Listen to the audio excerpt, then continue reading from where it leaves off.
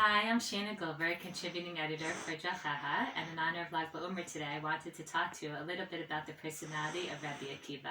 We find ourselves now in the days of Shiur Omer, the days between Pesach and Shavuot, as we count up towards Matan Torah.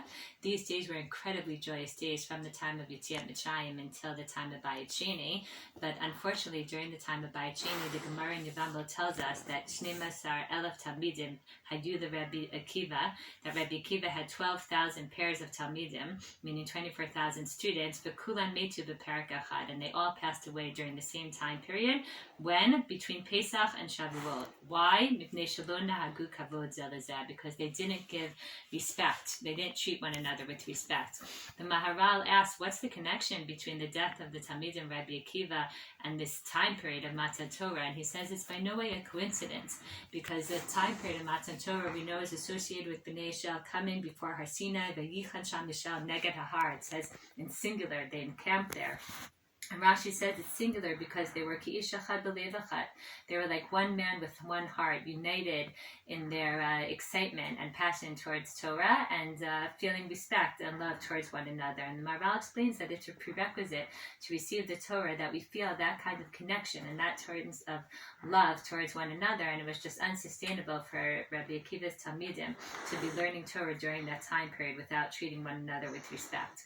The resulting tragedy of Rabbi Akiva's Talmidim's death means that we now find ourselves in a time period of very conflicting emotions, because on the one hand, we're so happy and excited and feel very overwhelmed as we lead up to the experience of Matan Torah. On the other hand, we are in the midst of really observing practices of Avilut. And when you add to that the intense days in recent modern history of Yom HaShoah and Yom HaZikaron, which are days of mourning together, on the other hand, with Yom HaTzmaut and Yom Yerushalayim, we're really left wondering how to balance all these different conflicting and mixed emotions. I think Rabbi Akiva, the Rebbe of these Talmidim, his life gives us perspective.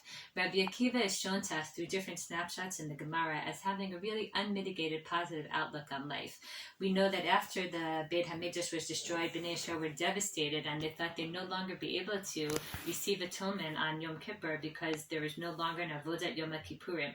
Rabbi Akiva comes along in Masechet Yuma and tells them, Ashrechem Yisrael, Lifnei mi atem mitarin u'mi mitari adchem avinu shebashamayim. Don't worry, you don't need the avodah of the Mikdash and the Kohen Gadol in order to receive atonement.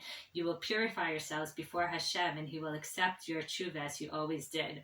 There's other examples in the Gemara where Rabbi Akiva is walking amongst his friends. There's one example where he's walking with his friends, the other Chachamim, and they hear the trumpets of Rome, and they begin to cry, and they say, how could it be that Rome, who destroyed us, that they merit such wonderful glory and trumpets like this? And Rabbi Akiva says, why are you crying? And he begins to laugh, and he says to them, if this is how people who go against God's will, if this is how they're rewarded, those of us who follow His will, alachat kama v'kama, how much more so we have to look forward to.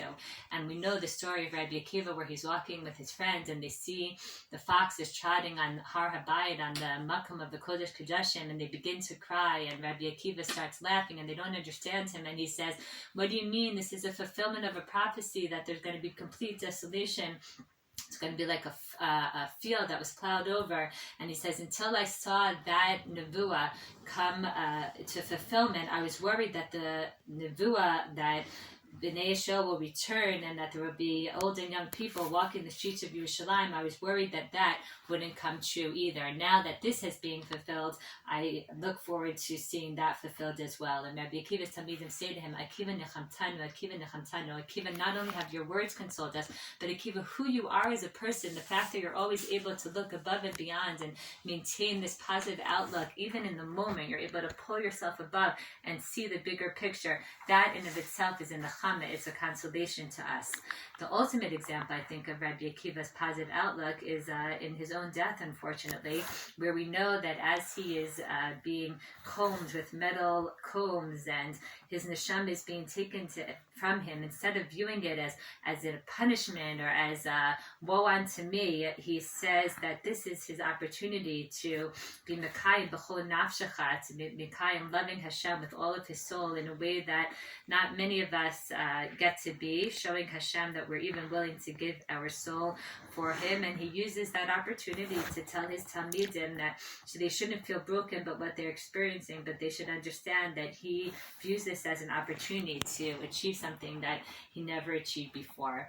In that sense, it doesn't surprise us that Rabbi Akiva is the one who's known in the Gemara as saying Hakol Tova, that everything happens is for the best, and always tries to maintain this outlook. Now, Rabbi Akiva was not always this way. The Gemara tells us that Rabbi Akiva, when he was younger, he was angry, he was bitter. In the Gemara in Pesachim, it says that he used to say that he wanted to bite Talmidei Chachamim because they so upset him.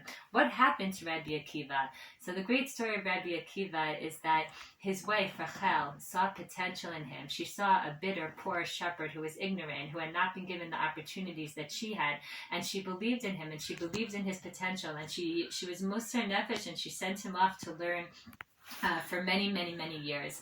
And as a result of that, as a result of the love that he felt from someone else, he began to love himself, and he began to understand that he could be positive and he could be happy. And that love, only once he felt that love from a human being, was he able to understand what true Ahavat Hashem is. And therefore, it makes a lot of sense that Rabbi Akiva is the one that tells us V'ahavta l'reacha kamocha, zehu klal gadol b'Torah, that it's the love between people, it's the love between man and his friends that is the biggest, most important klal in the Torah, because only if we have that love could we understand what it means to love Hashem Himself. If you haven't experienced human love, then you can't possibly begin to understand what it means to love Hashem. In the same way, Rabbi Akiva also tells us that shiur hashirim, the greatest love story between a man and a woman that's in Tanakh, not only is it inappropriate, not only is it something that's erotic, that doesn't belong in Tanakh, but he says all the other books in Tanakh are kodesh, but shiur hashirim is kodesh kodeshim, because he understands that the love between a man and a woman has the power to effectuate and to bring people to great places, and ultimately to bring them to Ahavat Hashem. This is why the tragedy of the loss of Rabbi Akiva's Talmidim is so awful, because Rabbi Akiva's 24,000 Talmidim, although they sat there and they took a ton of notes and they probably internalized everything that he had to say in terms of the Torah that he taught, they did not begin to understand the most important thing about their Rebbe, which is V'ahavta l'reacha kamocha. You have to treat people with respect. If you don't treat people with respect, then you don't understand what Torah is all about. Rabbi Akiva, we would think, if he had made it until that point and he had maintained his optimism until that point, we would think that that would have been the final straw. Here I spent so many years teaching 24,000 Talmidim, and not only do they not get who I am, but they've been punished for their lack of respect for one another.